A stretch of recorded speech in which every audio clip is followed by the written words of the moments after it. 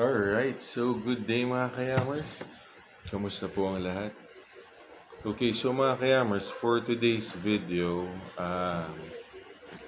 papakita ko sa inyo kung paano mag-adjust ng valve clearance, okay, ng ating motor.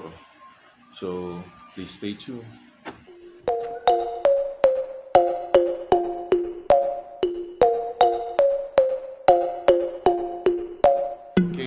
Mga kayamers, bakit tayo mag-adjust ng valve clearance natin?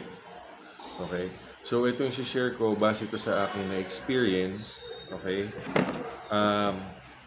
So, una sa lahat, napansin ko na meron ng tunog o yung parang sabi nga nila yung tik-tik-tik-tik na tunog.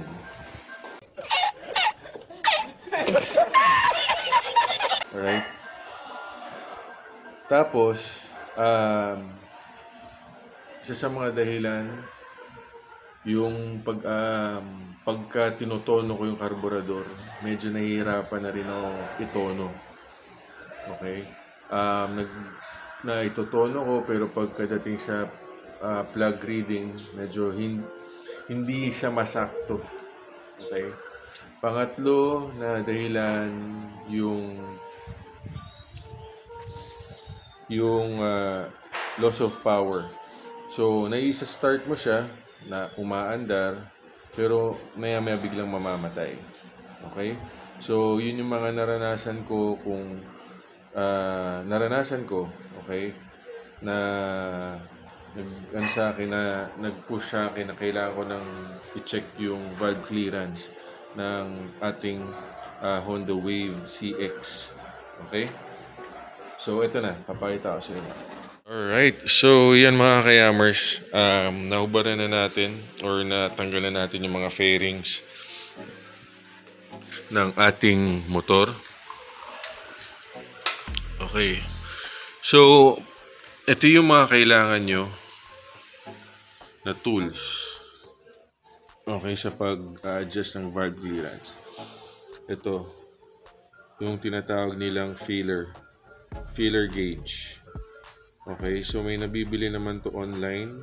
So ito yung pinaka sabihin na isa sa mga primary tool na kailangan nyo, okay, para i-adjust nyo yung inyong valve clearance. Okay, second, yung 10mm na wrench. Okay. Then, kailangan nyo rin ng 12mm na socket wrench. Okay. Itong Allen wrench. Okay. Tapos, meron nabibili online na valve clearance adjuster tool.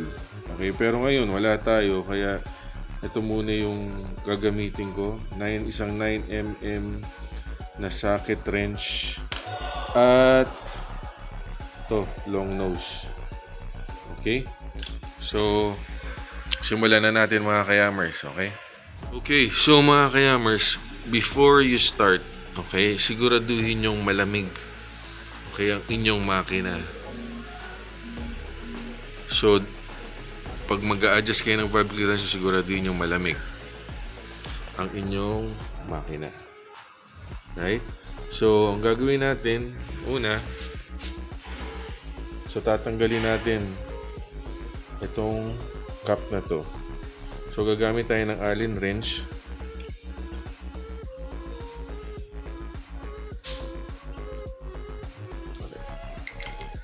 Medyo matigas. ito gamitin natin Allen wrench. Yan. Okay. So, tanggalin muna natin to. So, ano ba to? So, dito natin makikita, okay, yung indicator kung nasa top dead center yung ating motor or ang ating barbula. Okay? Kasi importante yan bago tayo mag-adjust ng ating clearance, ng valve clearance. Okay? So, pangalawa,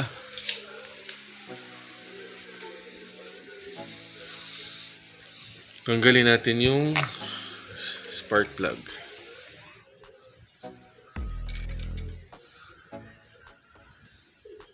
So mga kayamers, no, pwede nyo rin itong gawing guide.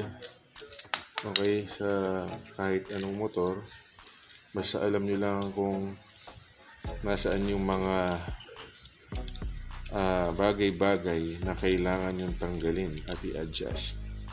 Okay, pero sa ganitong makina, ganito kung paano i-adjust yung valve clearance natin.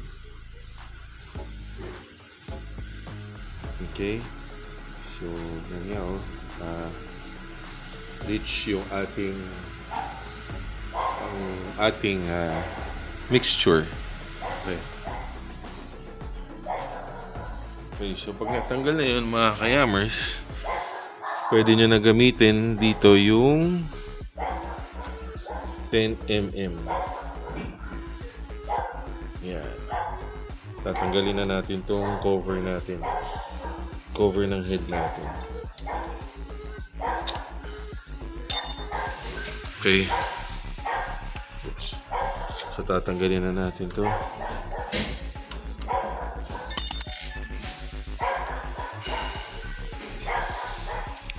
Yan.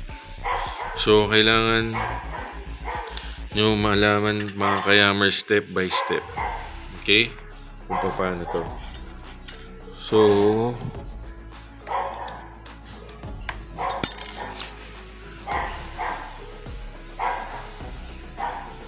yan. So dalawang screw yan mga kayamers. Okay? So okay yan. Oop. So dapat may pangsalo kayo dyan. May pangsalo kayo ng oil kasi may konting tatapon dyan mga kayamers. Okay? So yan. So ingatan nyo to mga kayamers. Itong dowel na to. So dito yan. Huwag nyo kakalimutan. Okay? Pasensya na, medyo tahol ng tahol yung mga aso sa kapitbahay. Okay, so yan na mga kayamers.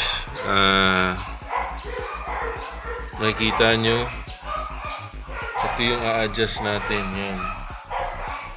Yan, yung mga valve na yan. Okay, so kailangan muna natin bago tayo mag-start mag-adjust ng clearance, kailangan natin ilagay sa top dead center.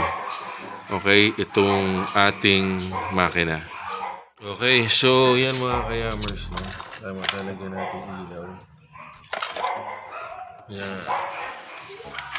So dapat malagay nyo sa top dead center. So dito natin kakailanganin yung 12mm para iikot dito. Counterclockwise mga kayamers, ha? Counterclockwise. So habang kina-counterclockwise nyo, titingnan nyo dito yung indicator. Dapat makita nyo yung letter T pati yung linya nya. So ito yung linya na dapat yan, meron kayong linya dyan na makikita na dapat nakatutok dito. Okay? So dahan-dahan lang yung pag-ikot mga kayamers. Okay, so yan, iniikot ko na dito, ha. Okay.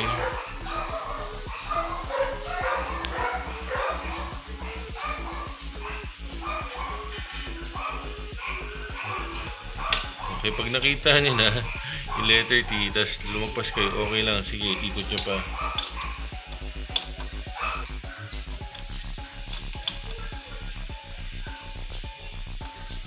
Okay.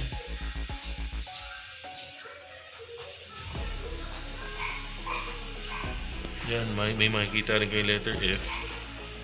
Pag nakita niyo yung letter F, dahan-dahan na lang yan. Mga kayamers, dahan-dahan na lang.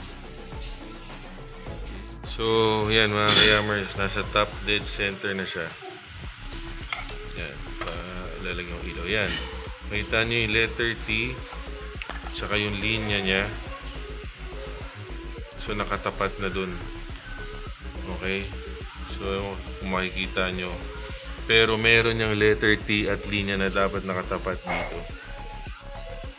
Okay? So, isa ring indicator na nasa top dead center na yung inyong makina is ito. Itong part na to at itong dalawang butas, dapat ganyan yung posisyon. Okay? And isa sa mga indicator itong mga valve nyo. So dapat medyo na gumagalaw siya. Yan. Gumagalaw siya dapat. Okay, kung minsan ito hindi gumagalaw. Okay, minsan ito hindi gumagalaw. Pero ito dapat gumagalaw mga kayamers. Okay? So, kaya ako nasabi minsan dito hindi gumagalaw kasi minsan ayun nga natutungkod to. Isa sa mga rason kung bakit biglang namamatay or nawawalan ng power. So nakatungkod, wala ng clearance. Okay, kaya natin to ina-adjust. Or minsan sobra na yung clearance, wala na sa standard, dun nyo maririnig yung parang tik-tik-tik na tunog. Okay? So yan mga kayamers. So pag nagawa nyo na yan, pwede na kayo mag-adjust ng valve clearance. So una nyo gagawin, kung may adjuster kayo ng valve clearance, mas maganda. Pero ito yung dapat unahin. Itong screw na to. Itong ano na to, nut na to. Yan. So kailangan yung luwagan yan. Pagka naluwagan nyo na yan, mga kayamers, itong part na to, yan, itong part na yan, pwede nyo nang ikot din, counter or clockwise. Okay? Same din dito sa taas, pwede nyo gawin. Alright? So, ito kasi, na-adjust ko na yung clearance nito. Ang standard na clearance kasi nitong base sa manual is 0.5. Ay, sorry. 0.1. Okay, kunin ko lang yung feeler gauge. Okay. So, yan mga kayamers. Ito yung feeler gauge ko. Yan, kung makikita nyo, ano siya, 0.10. Yan. Okay. So, gagawin nyo, so pag maluwag na tong part na to, pag maluwag na tong nut, pwede nyo nang i-adjust dito. Okay. So, dapat ipasok to dito. Papasok nyo. Yan. Okay, yung may konting may konting kamot dapat. So yan ito, sakto. May konting kamot siya. Okay. So same dito sa taas. Kasi nung in-adjust ko to mga kayamers, nakatungkod. So ibig sabihin walang clearance dito. Wala siyang clearance. Pero ngayon, kung mapapansin nyo, yan. Meron na siyang clearance. Yan o. So naipapasok ko na siya. Okay. Yan. Alright. So pag nasakto nyo na, alalayan nyo na lang. Kung nasakto nyo na yung gusto nyong clearance, alalayan nyo lang to. Then higpitan nyo na uli yung nut. So para malak na ulit. Okay. So ito sa akin sakto na yan eh. Alright, so kung paano nyo kinalas, ganun nyo rin ibabalik lahat. Okay? So again, yung mga dahilan kung bakit natin kailangan i-check yung valve clearance natin. Number 1, may tik-tik na tunog. Number 2, may loss of power, so biglang namamatay. Umaandar naman pero bigla na lang mamamatay. Number 3, mahirap na itono. Okay, so yun yung mga na-experience ko mga kayamers. Hindi ko sinasabi na sa lahat ng pagkakataon ganun. Pero kailangan nyo rin itong i-check. I think based sa manual, 4,000 kilometers. Kailangan nyo i-check to. Okay? So, yun lang. So, kakabit nyo lang ulit kung paano nyo binaklas. Ganun nyo rin ulit ikakabit. Okay? So, kakabit ko, then sa sound test tayo. Okay? Or sound check. Okay, sound check.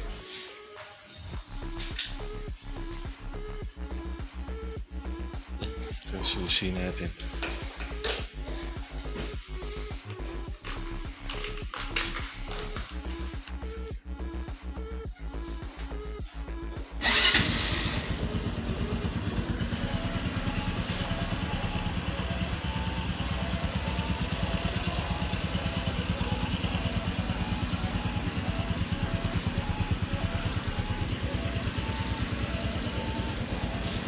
Okay. So yun, one click mga kayamers.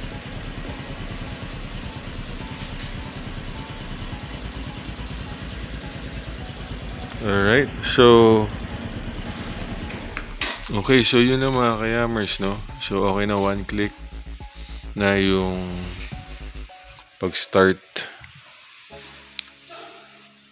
So yan, binalik ko lang sa dati lahat.